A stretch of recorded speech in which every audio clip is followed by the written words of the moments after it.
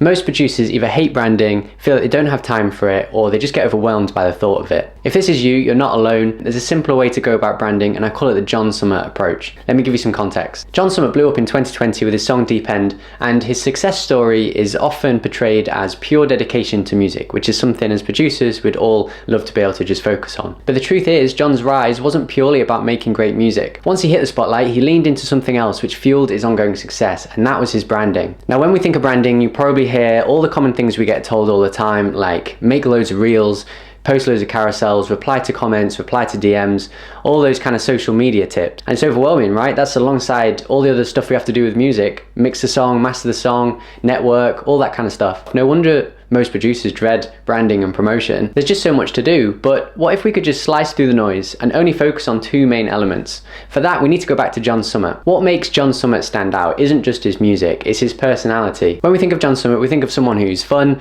approachable, high energy, but the thing is, I don't know John. I've never met him. I've never even been to one of his shows. All I know is what I've seen online, and that's why his brand is so effective, because it's just him being himself. So what can we learn from John Summit's journey? I think it boils down to two things. One is to focus on the music, and that's what John obviously did in those early stages. He talks about being in lockdown in the COVID pandemic in his basement room, making song after song, sending it to record labels. So definitely focusing on the music and getting it as good as you possibly can is always a priority. And the second thing is to just be yourself and let your personality shine through in everything that you do. When you focus on these two things, your brand and your music will naturally start to align. And there's other examples of artists that have done this. You've got Böhmer, who gives off quite a relaxed and minimal persona, and you'd probably describe his music in a similar way. Then there's someone like Fred again. He comes across quite happy-go-lucky, but he's also got some emotional depth. These are all artists whose brand and music are perfectly aligning because they're probably just being themselves, and that's why they're having so much success. So while we keep hearing all the advice about social media tips, commenting on posts, how to hack the algorithm, how to go viral, while most people might be focusing on that and getting really overwhelmed,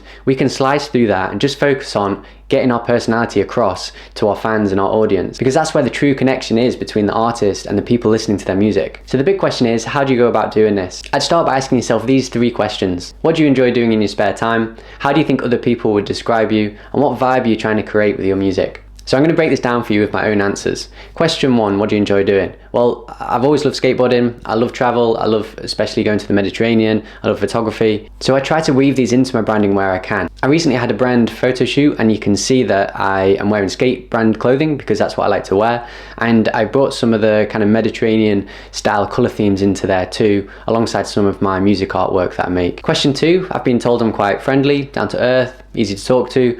And this question really helps to stop you feeling like you have to do what other people are doing. For example, I love watching these promo videos that Yotto and Embras both make for their music. They're these little funny skits, it makes me laugh every time, but it works for them because it's obviously, that's part of their personality. But for me, if I tried to be funny in that way, I don't know, I've never tried it. It might be good to have a go one day, but I probably wouldn't do as good a job. It doesn't feel as natural to me. So I'm going to share my story my own way, my own words, in a way that just feels genuine. And question three, what vibe are you going for? Well, I make melodic house, so it's kind of within that genre.